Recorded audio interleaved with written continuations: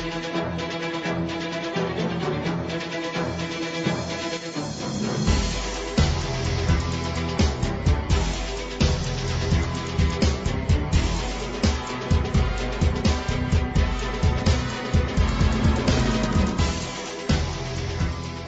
to another year of Cincinnati Bengals Weekly on the Grueling Truth Sports Network.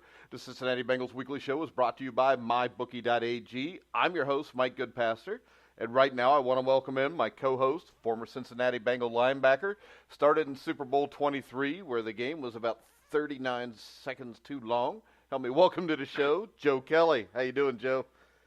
I'm doing good, Mike. It's been a long off season. You know, when football season is over, man, it's kind of tough for me. So I try to find other things to do. But getting excited. We're excited about some of the moves that the Bengals made in the off season, personnel wise, and definitely coach wise. It's another year, and I still think that the core of our team can compete with anybody. We just have to get some other surrounding pieces in order to, get there and then get over that dreaded hump, and get that first playoff victory. Yeah, and they got some surrounding pieces in the offseason. We'll get to that in a minute. But there is one glaring one that really stands out to me. And the Bengals safeties, George Locust, Smith, they all ranked fairly low last year, especially if you look at Pro Football Focus. The Bengals had Eric Reed in, a guy that Pro Football Focus says is a better football player last year than Iloko or Williams. He came into town, and Mike Brown reportedly asked Reed if he'd be okay with not kneeling during the anthem, because the Bengals, of course, are a team of non-kneelers, except for when the Pittsburgh Steelers are around. And the thing that really bothers me here is Reed has already said in the offseason that he wouldn't be kneeling anymore, that he'd find other ways to express his beliefs. But for whatever reason, he didn't make that clear to Brown, who still asks about that. And I really have a problem with this, Joe, because, they say here that Mike Brown's worried about dwindling attendance. I hate to tell him this, but no Bengals kneeled last year. The Bengals' attendance is dwindling because the team's losing constantly. And I would think the way to get them back would be to win, and the quickest way to win would be to improve at the safety position. I totally agree with you, Mike. When you look at the situation, you look at the fans. There was a backlash, a huge backlash throughout the league. But the teams that were winning, you looked in their stands, and their stands were at capacity. The thing about it, you got to put a good product on the field. And Reed is one of the better safeties, a veteran safety. He did vocalize that he would not be kneeling. But once again, this is something that he came out publicly and said that. So in order for Mike Brown to put it back out there, to me, I didn't really agree with that. The kid said he wasn't going to kneel, so let's not make that an issue. I'm coming in here as a football player. I'm coming in here as a veteran, former Pro Bowler. I'm coming in here as that guy. And my film speaks for itself.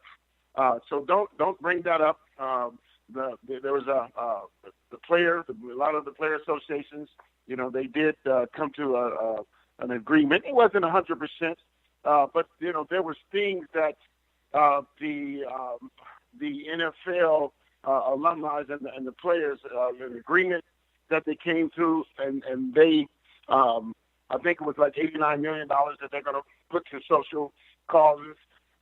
Because at the end of the day, the NFL is, the NFL is 7% black.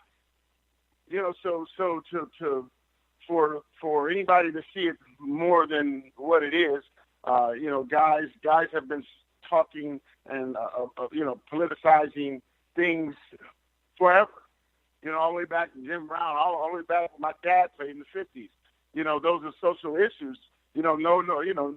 People don't want to hear it, but it's something that as a former player, as a kid from South Central Los Angeles, being a 11-year vet, there's things that I experienced socially, and it's something that you just can't turn off.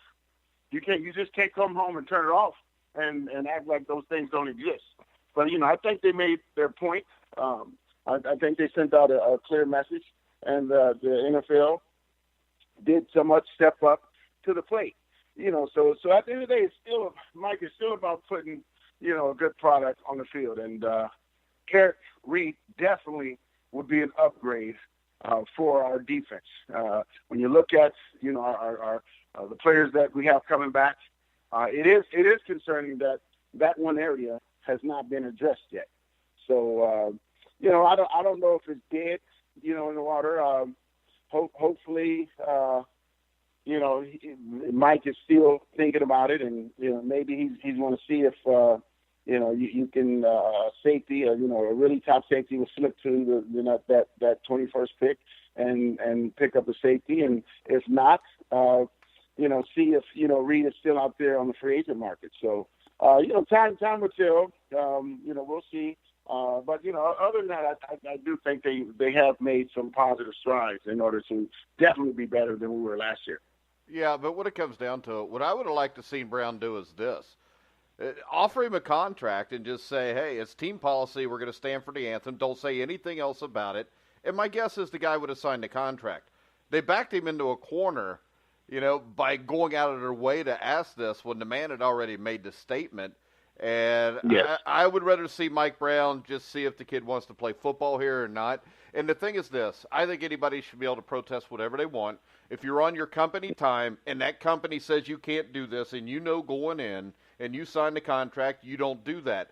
But to me, I mean, the NFL is so self-serving with their patriotic bull crap anyways.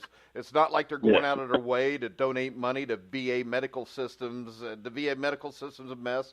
They could donate some money there, but and just like the money they gave to the players, they gave them hush money. It was the same thing as Donald Trump praying a prostitute, We'll give you this money and then you shut up.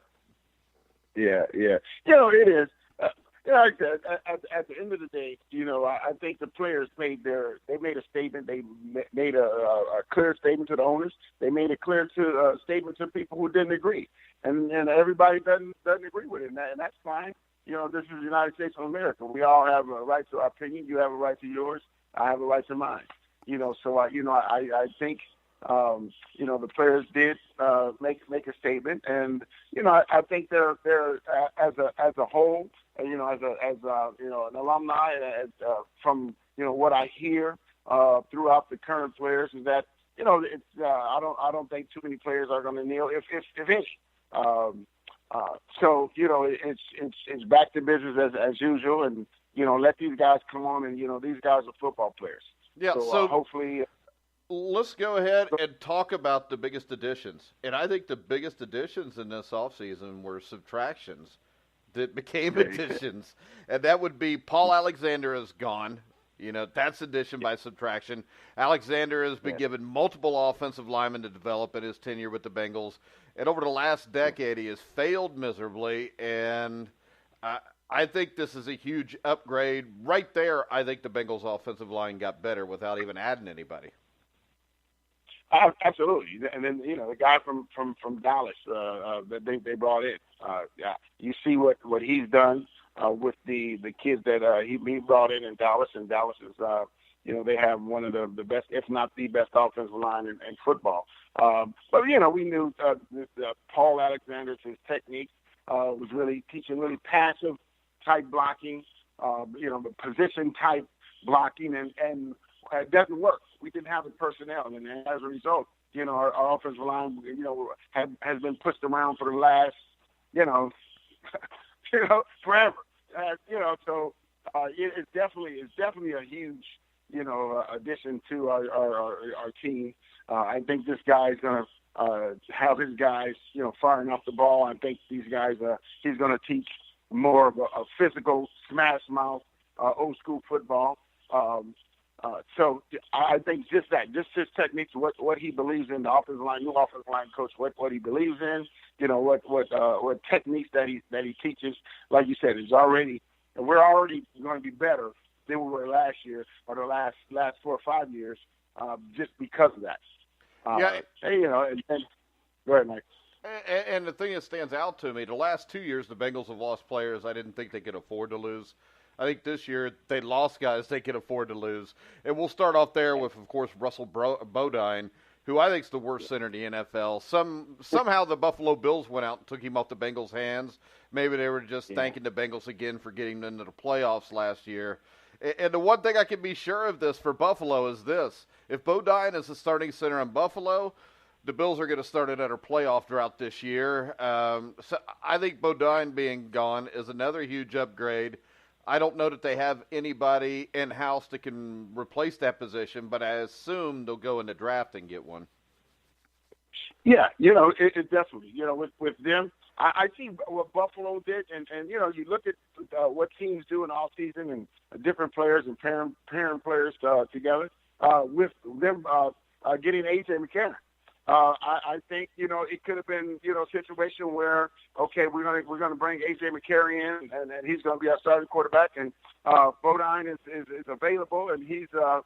McCarron has been knows the guy and is used to him, so you never know what their thinking is, but at the end of the day it's going to be a better situation for us, because I think we're going to be stronger in the middle. Where we were definitely deficient in the last 4 or 5 years, and that created a huge problem for our running game. It created a huge problem for Andy. I'm excited to see how this thing is going to pan out. Yeah, and then offensive tackle. Hopefully they went out and saw that. They traded down to the 21st or 22nd pick. They gave up their 12th pick in the first round to the Buffalo Bills. They got Cordy Glenn. Glenn was hurt last season, but when he is healthy, he's proven to be at least an above-average tackle, which we haven't had in a while. And let's face it, he has to be better than Cedric Ogbuehi and Jake Fisher, who, especially Ogbuehi, I think has been a complete bust for the Bengals. So I'm not real sure that. Put it like this. If Glenn is not hurt, I think this is a great trade. I just think it's risky because of Glenn's propensity to get hurt. Well, you look at it, and at the end of the day, Mike, injuries is something that you can't control. You can be in great shape. You can work out. You can eat right, and you have an accident and get an injury. That is part of football. So. That's not, something that's not one guy's. We look at Eifert and his situation having injury after injury. It's football. It happens. And unfortunately, those things happen. But I've seen guys. I played with guys that were hurt 2, 3, 4 years in a row, and hey, they had a good 4 or 5 year run. So we're gonna put our hopes and prayers into the fact that this guy, when healthy, is one of the better tacklers in the league. And when he, comes to he's definitely going to be an upgrade. He's an upgrade. He's an upgrade. He's an upgrade if he's not healthy. Compared to Brady and Fisher. So I think that I hear some rumblings that they're going to try and put a Brady at guard. Yes, I heard they're trying to put him thinking about putting him inside. Because I think he replaced him inside at Texas. But at the end of the day, it's we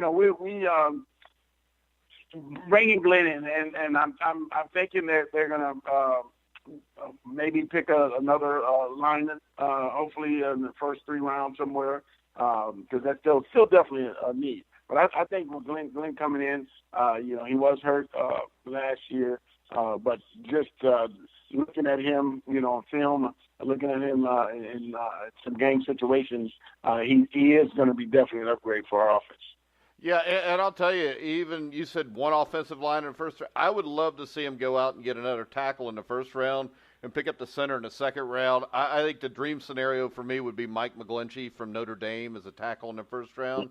And then in the second round, Frank Ragnow, who I know most people list as like the 5th best center.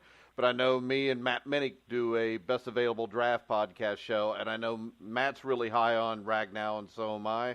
And I know they need other positions like a safety and stuff, but this team's not going to have a chance to make a deep run in the playoffs unless they're good up front on both sides of the ball. The game, you still think about the game. The game has changed from when I played, but the game is still won in the trenches, Mike. You know, you still, if you're weak at offensive and defensive line, you're not going to go too deep, you know, in the playoffs. So you know, you look at Dallas, you look at what they did, and then they win. Those guys are first round picks. You know, unfortunately, they've hit on their first round picks, and we've had a big whiff, you know, on ours with Guahi and Fisher.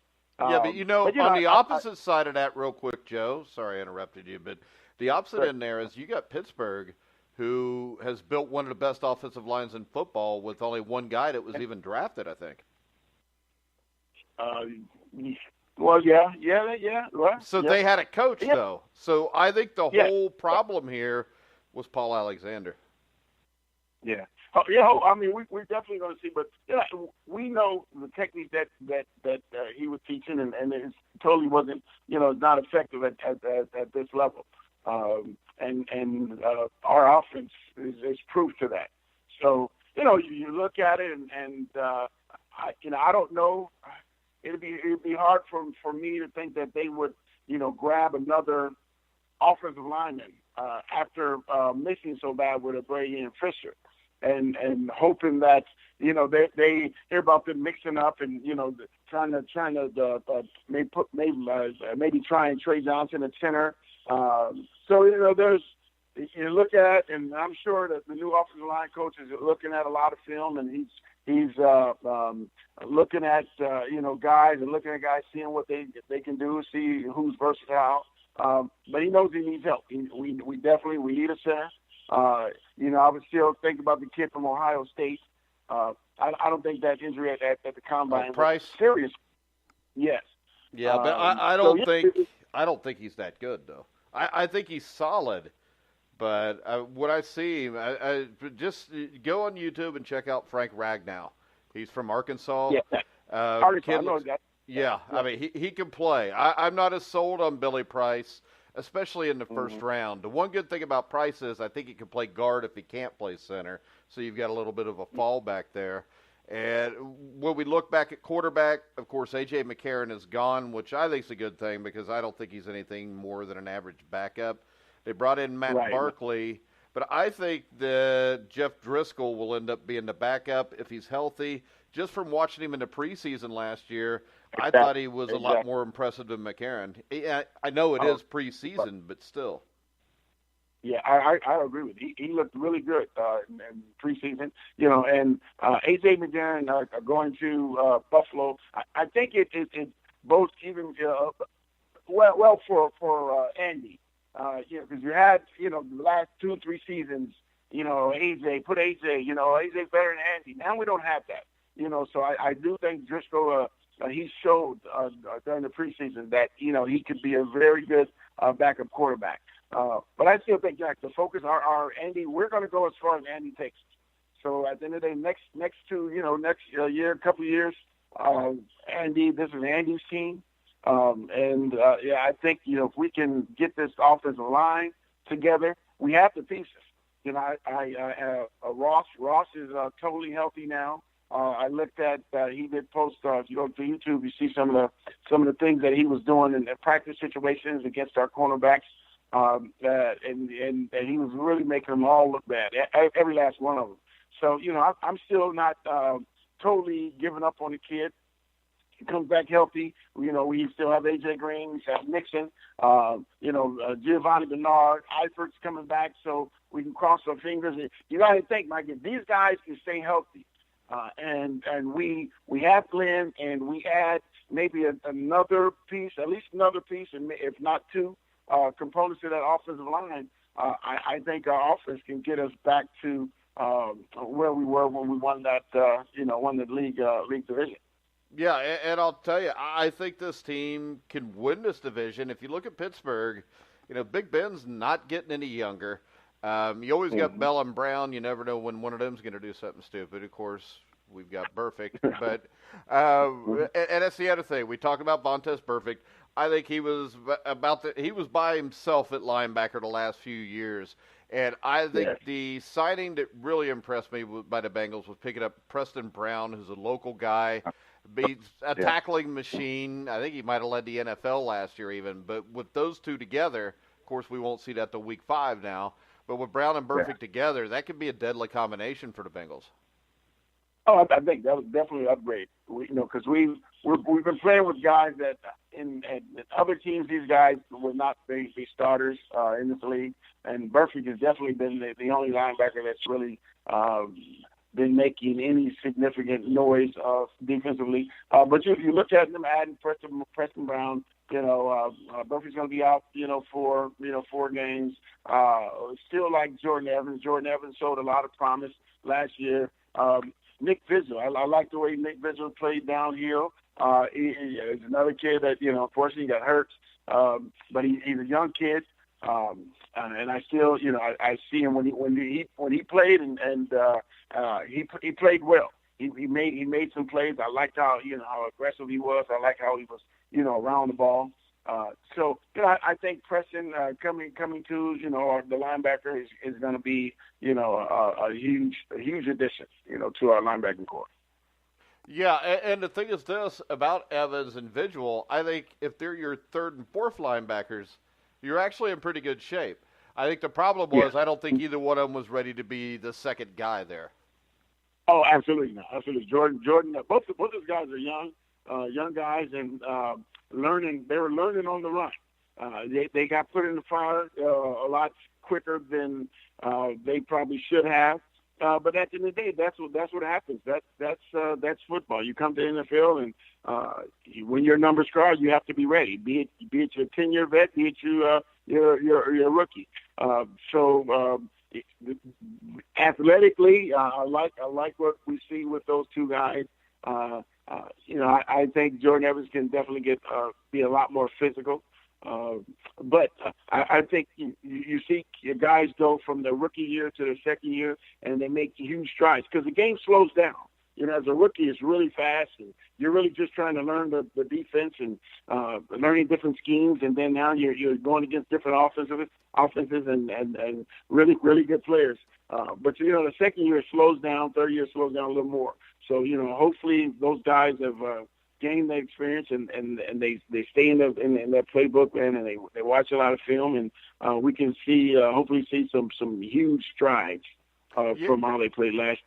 Yeah, and the thing I'm excited about, you get the midseason where you got those 2 stud linebackers, and then you got a Vigil or Evans. The defensive line, if you got Carl Lawson at one defensive end, and you've got Dunlap at the other, you got Geno Atkins in the middle with Billings, and I mean, this could be a defense front 7 that's really good. And I think the corners, I think those guys have come around enough. So if you add that, and that's what made me so mad about them not going after Eric Reed.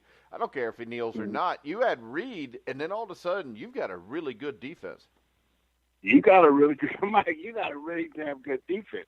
You do. You add, like I said, it's not dead. Hopefully, we'll see what happens. But you look at, I guess 58 definitely has to be on the field. I think they will, replace.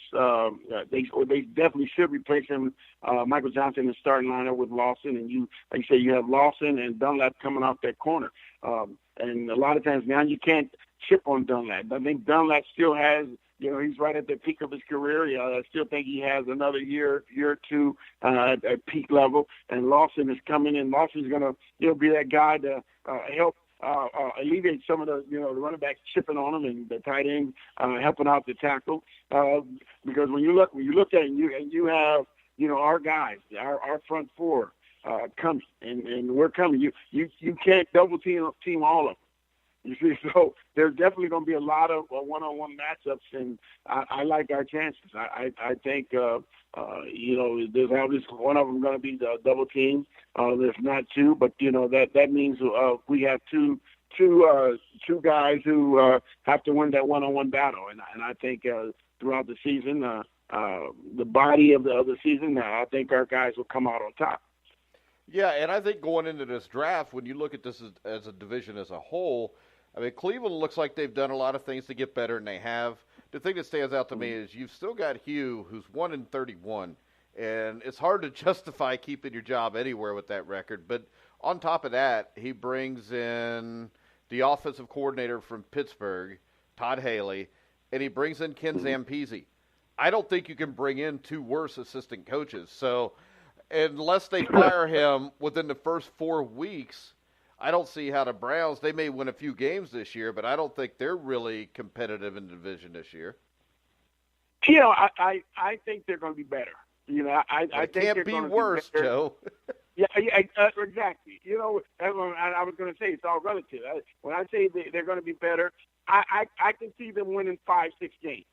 And I still think if Hugh doesn't go at least 8-8, 9-7, he'll be fired. I think with the additions, I think that the new GM that they brought into Kansas City, I think he's gonna, he's shown that he's been, aggressive, free agent wise, and they have to hit on their draft. They have the first and the fourth pick. Yeah. They have to, you have to win. You have to. It has to be a home run. If they hit a home run on the first and fourth picks, I think those guys have a chance. I'm not going to say they're going to make the playoffs, but I think they definitely have a chance to be some playoff spoilers next year and in that hunt. But they have to. They cannot miss on that first pick and the fourth pick. Those guys are going to have to pan out if Hugh is going to be able to keep his job. So if you had the first pick in this draft and you're the Cleveland Browns, who would you select? It's hard. Personally, I wouldn't get a quarterback. I wouldn't. I don't think there's a quarterback there worth the first pick. No. You look at what their biggest need is and who is worthy of that first pick. You go for defense wins offense sells tickets, defense wins championships. So you go for the Chubb, the defensive end from North Carolina State. Do you look at Saquon Barkley? You think about bringing in Saquon Barkley, but then your Hall of Fame tackle, he retires. So that man, if he comes back, I think that by him retiring, I think that changed what they want to do. Because even if you bring in Saquon Barkley, you brought in Carlos Hyde in the offseason, you still need somebody to block.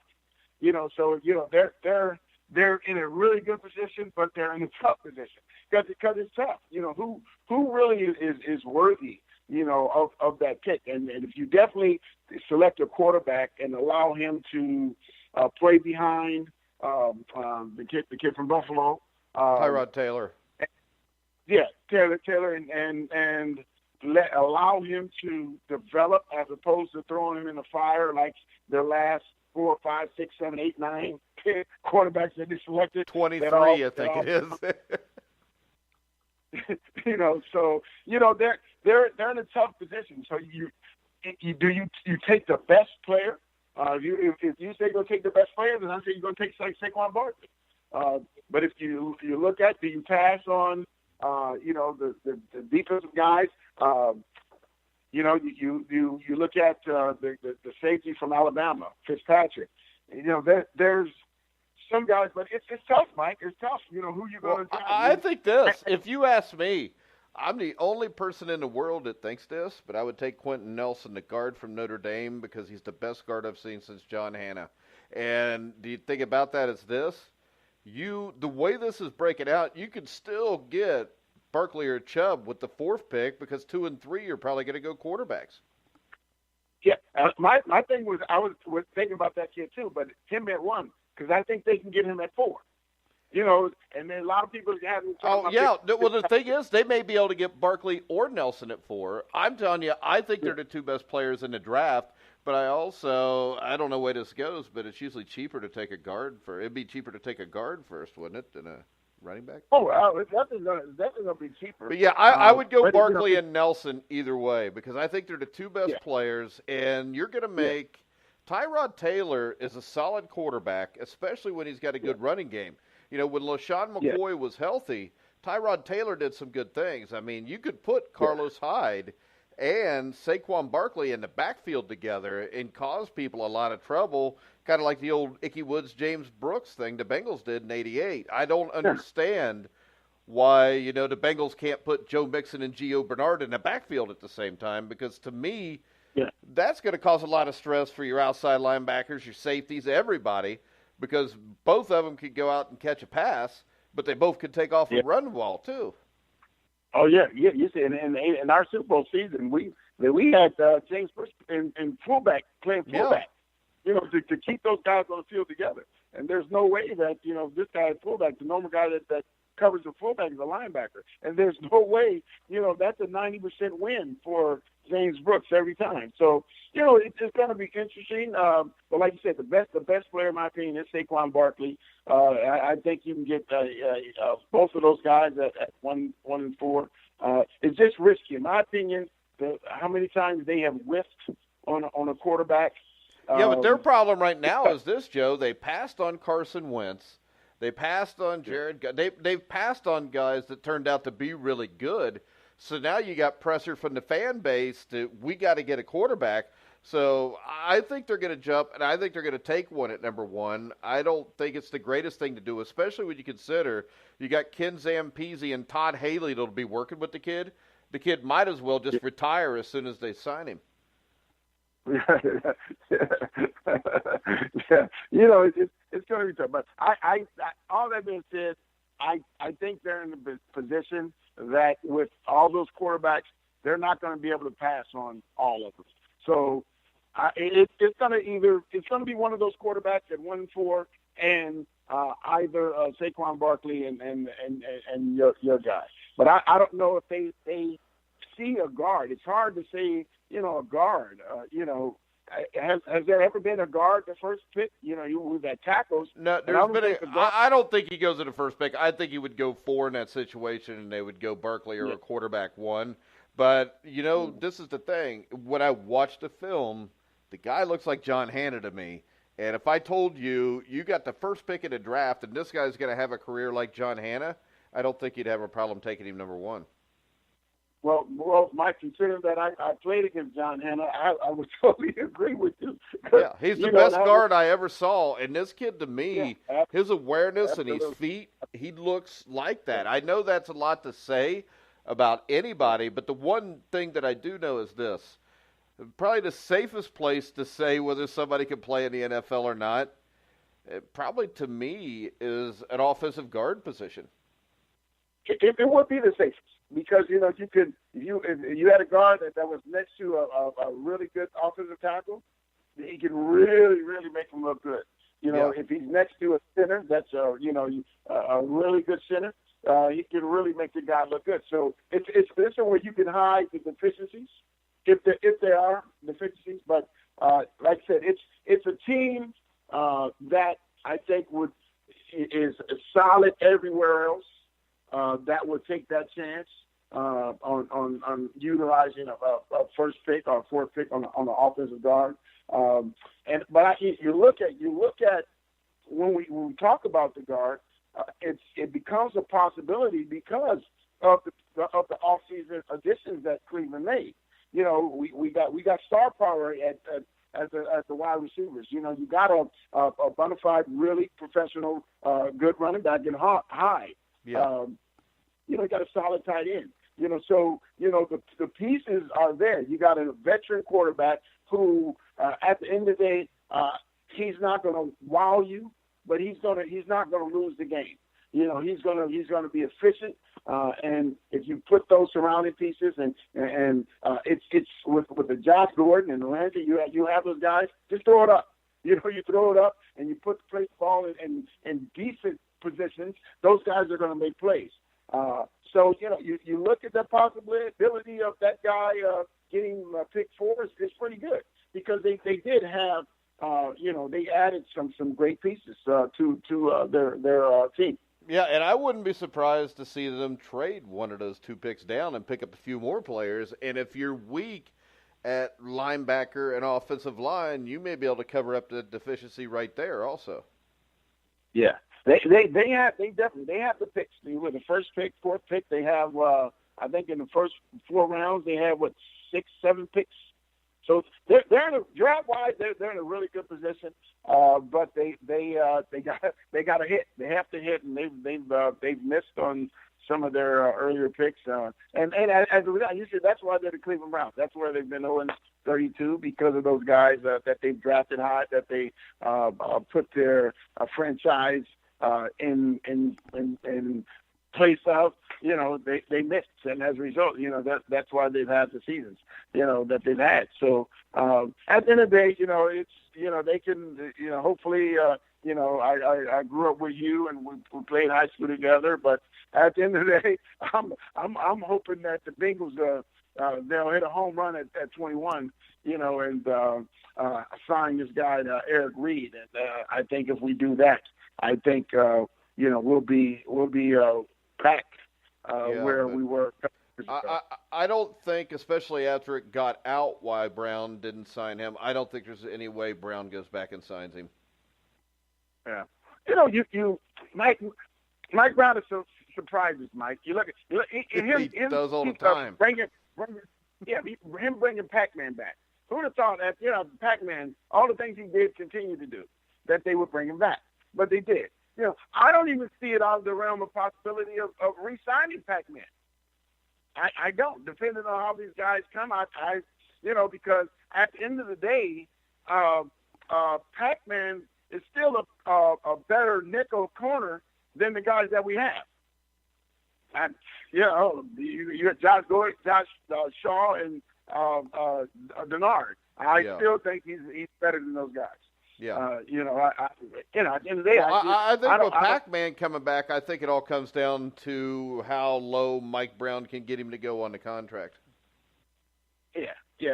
It's going to be interesting, but it'll really, man, it would be awesome if Mike will we get this kid Eric Reed in here, because there's not another safety I see on the free agent market that is the caliber of player that Eric Reed is, and what he can bring to our team. And I still think the biggest drop-off in this defense is when Reggie Nilsson left, because Reggie Nilsson made all the calls back there. He played center field, and the problem is if you don't sign Reed and you draft a rookie safety, chances are that guy, there's a few that have been able to come in and do that during their careers, but there's very few guys smart enough to come in and run the defensive backfield from the center field safety position as a rookie. Yeah, because you're essentially saying that's the quarterback. Yeah. He's the quarterback. Reggie Nilsson was he made Alloka look good. He made those guys look good because he had them in the right position. Yeah. When you're in the right position, you can make plays. And once we lost Reggie, we've seen that those guys are hesitant. Their awareness wasn't as keen as we thought it was.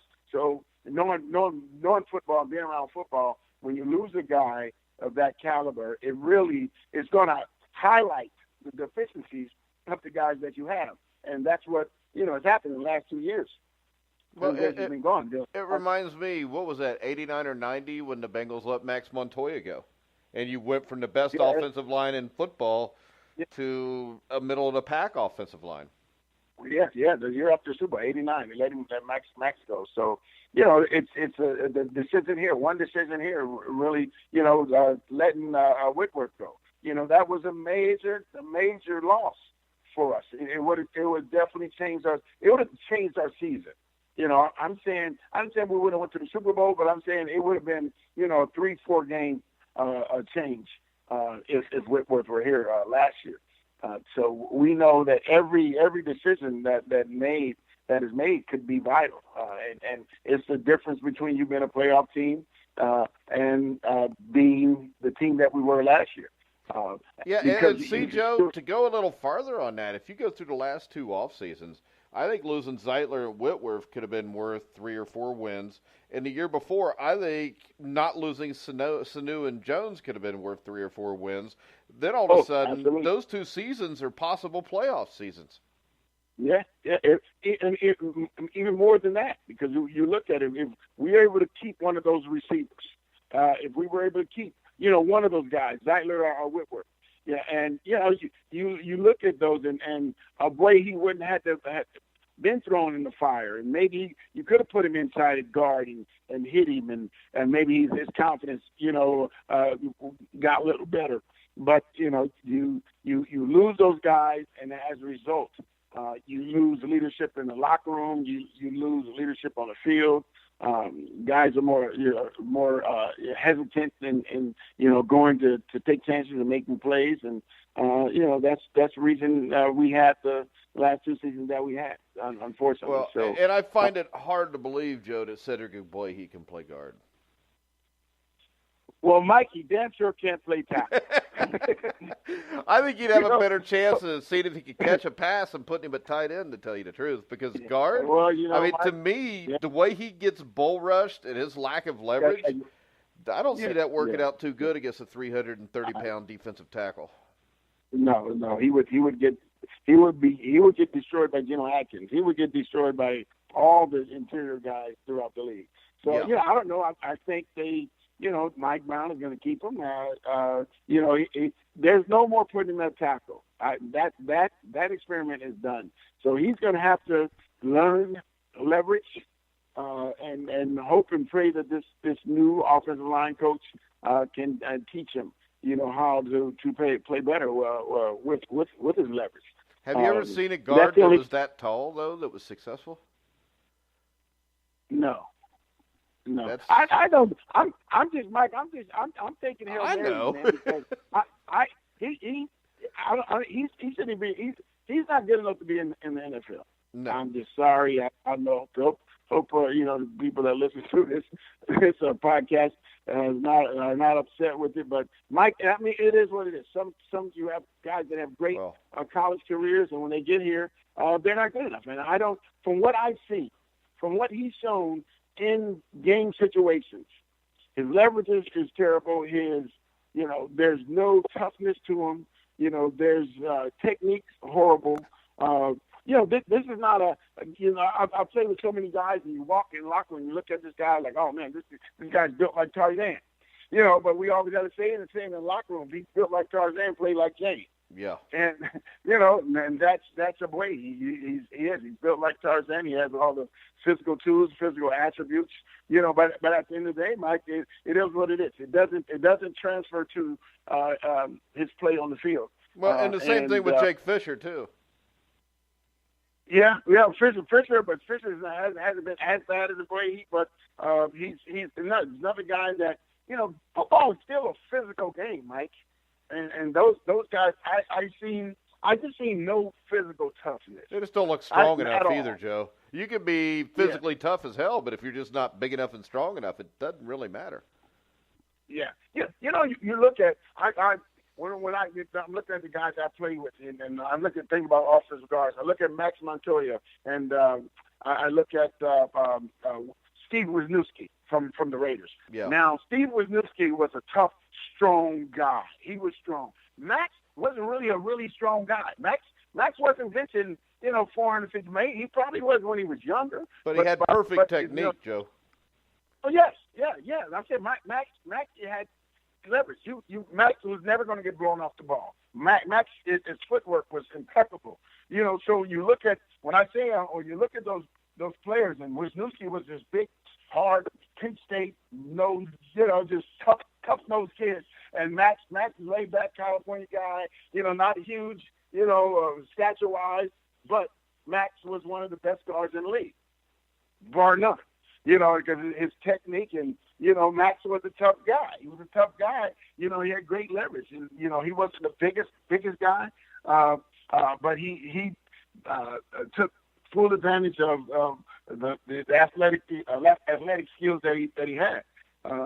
So with a play, it's just not going to work, Mike. It's not going to work, and we just need to move on to the next, whatever that is. Yeah, maybe Buffalo will want to trade for him. Yeah, tell them we can have him. Yeah, they take all the rest of the Bengals trash this year, so maybe it'll take him too. Yeah. All right, Joe, we're going to go ahead and wrap this up. Everybody, you can hear us live sometime next week. We'll tweet out what we're going to do before the draft. Also, make sure you check out our live NFL draft show on the Thursday night of the draft. I think Joe will be at the Bengals complex to call in when the Bengals are picking. Yes, absolutely. Mm-hmm. And And I think we're also going to do a live show on the Friday night for the second and third rounds also. So make sure you check us out at thegruelingtruth.net for that. You can go to iHeartRadio to hear us, iTunes. You can actually go to iTunes, punch in The Grueling Truth, and actually get the iTunes app for thegruelingtruth.net. So make sure you check that out also. So for Joe Kelly, I'm Mike Goodpaster. You've been listening to The Grueling Truth, where the legends speak.